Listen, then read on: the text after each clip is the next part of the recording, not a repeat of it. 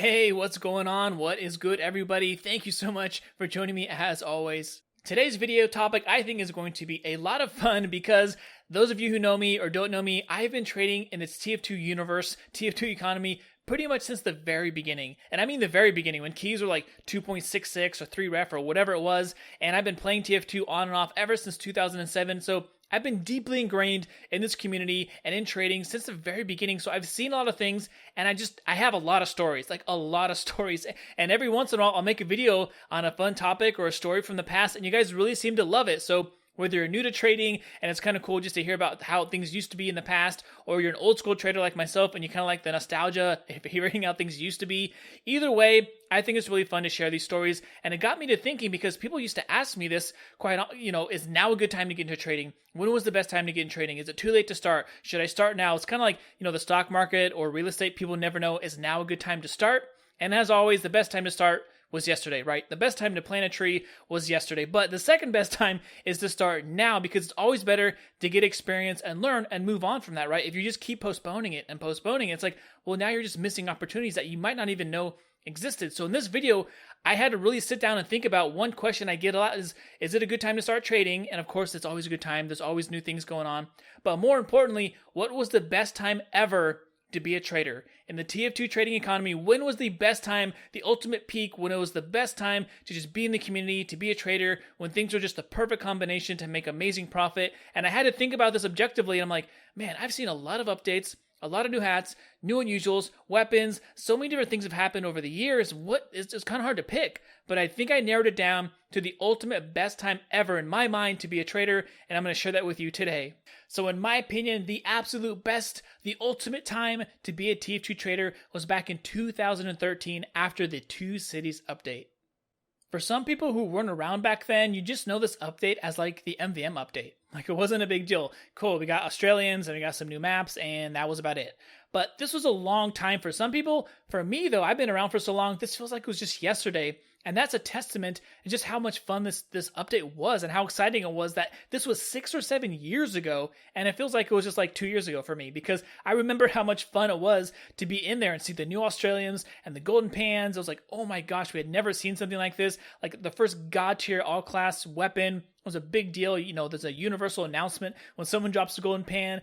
Trade servers were popping off and going crazy. Everyone just wanted to see the latest and greatest new stuff, and a ton of people were just playing MVM. So you're hooking up with your friends and your buddies and partying up and just grinding through tours as fast as you can. Like there's just so much fun energy and commotion at this time, let alone from trading. Not even talking about trading it. This is an awesome time to be around and playing TF2. And like I said, this was 6 or 7 years ago. And it feels like it was just 2 or 3 years ago. Like it feels like yesterday. I remember this update dropping and jumping on MVM and grinding out with my buddies. But this was so old. For those of you who don't remember, this is when Tag still made YouTube videos. This is when Germa still made YouTube videos. This is when Stir still made YouTube videos. This is how long ago this update was, but it was so much fun. It feels like it was yesterday.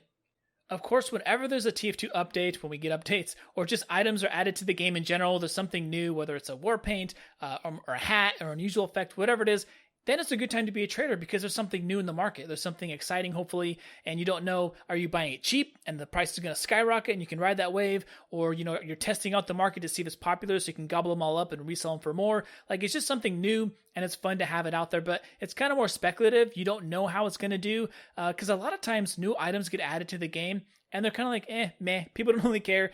When was the last time you got like super excited about a hat or unusual effect or war paint? Like usually there's not a ton of excitement. It's just kind of cool to have it. It keeps you, entertained for a while.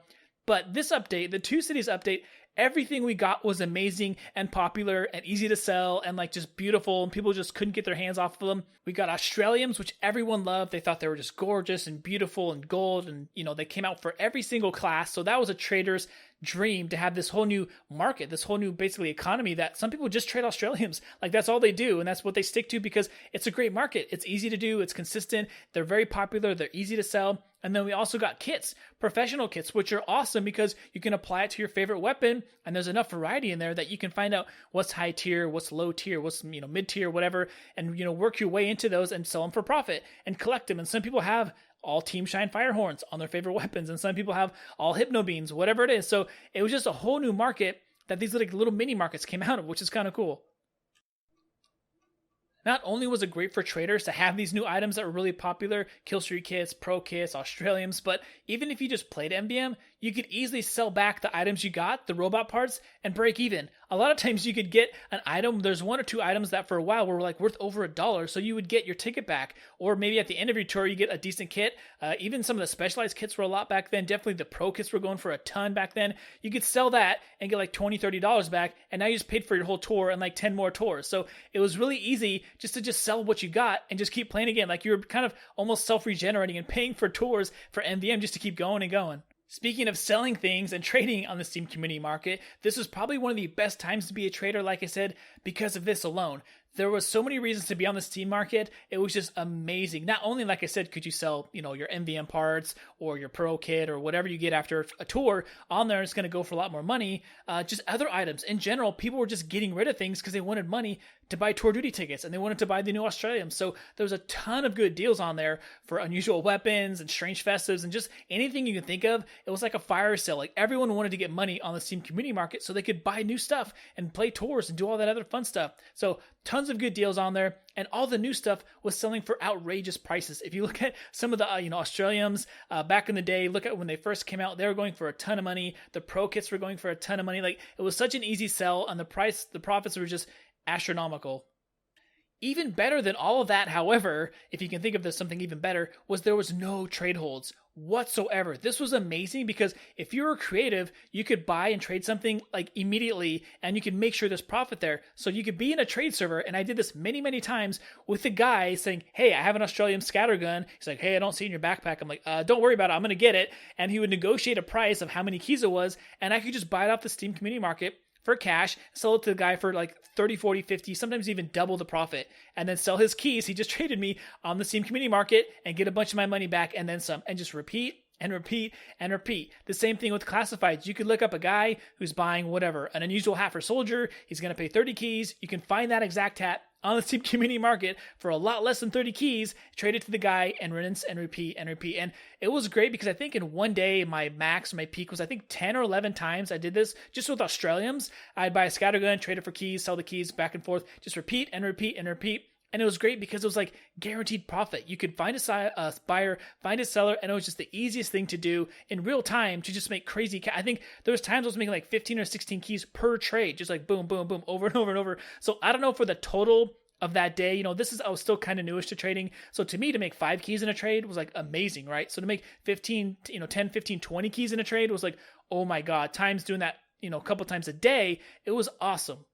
Not only was this a great time to be a trader because of all the cool new stuff, right? The Pro Kits, Australians, the Golden Pan, Steam community market. Like there's just a lot of opportunities out there, but just the sheer volume and excitement, just knowing the fact that everyone's on, everyone's playing, everyone's getting into trading and MVM. Like it gave you so many things to do, whether you want to build a Pro Kit, for your favorite weapon, or you want to grind through MVM and try to get that first Golden Pan, or you just want to see the new stuff in game. There's just so much excitement. It just made trading fun and easy, and every server was full. Like all the time, it was like hard to get in any popular trade servers because there was just so much energy to see all the cool new stuff, and trading was kind of like empowered. It was easy, it was fast. Buyers and sellers were easy to find. It wasn't like now there's these trade hold and authentication, and I understand why they do it for security reasons, of course. Otherwise, it's totally easy to scam the system and rip people off. So I know why they do that, but it was so fun to be less regulated and just do things instantly. You see something, you buy it, you trade it, boom, immediately. So if you were creative and you took it seriously and you really put your time into it, you could make a ton of profit. I mean, one of the other things I think that was really cool is that not only was there a lot more people playing and trading in general, but people were just super happy and pumped up and excited. And it was so easy to sell your items because everyone wanted to see the new stuff. No one had seen all the Australians. So if there's a new weapon, everyone would surround you and send you trade offers and want to talk to you. The pro kits were super cool back then. No one had seen them in game. It was super hard because the trade servers didn't have it activated. So you'd actually have to like get your friend to pocket medic you, get 10 kills in a trade server, go hide and spawn to show people because there wasn't any plugins for it yet. So to see that was like, oh my gosh, it was so new and exciting for people, and it was easy to get trade offers. Everyone was super positive and happy and fun to be around. And one of my most popular pictures, my screenshots I've ever posted, was me showing off a professional kit for a scattergun that I just got in a tour. And I'm sitting there with kind of a themed outfit, actually. It ended up working really well with my unusual and the eyes and everything. And I had a friend take the screenshot. And I got like 200 something comments, tons of people adding me and wanted to trade me for it. And I was like, whoa, there's just a whole new level of hype and fun, and excitement around trading back then. All right, gamers, well, now it's time to hear from you guys. Let me know down below in the comments when you personally think was the absolute best time to be a trader for yourself, or maybe just when you think you had the most fun, whether it's your first unusual, or your first big trade, or building your dream set, whatever it is. It's always fun to look back at your trading experiences because I'm sure you have your own memories you would like to share. And don't forget, down below, I will link you guys to my Steam group so you never miss a new video. And I got more videos coming, so hopefully you guys enjoy. Maybe I'll see you guys in casual pretty soon. And I want to do a giveaway and a celebration when we hit 20K subs. So if you're not already, join the Squirrely Squad and subscribe down below. And yeah, I gotta jump off here, play some MVM with my buddies. One of the most fun things you can do is just chill out, play MVM, kill robots with your friends. So have a great one. See you guys in the next video. Peace.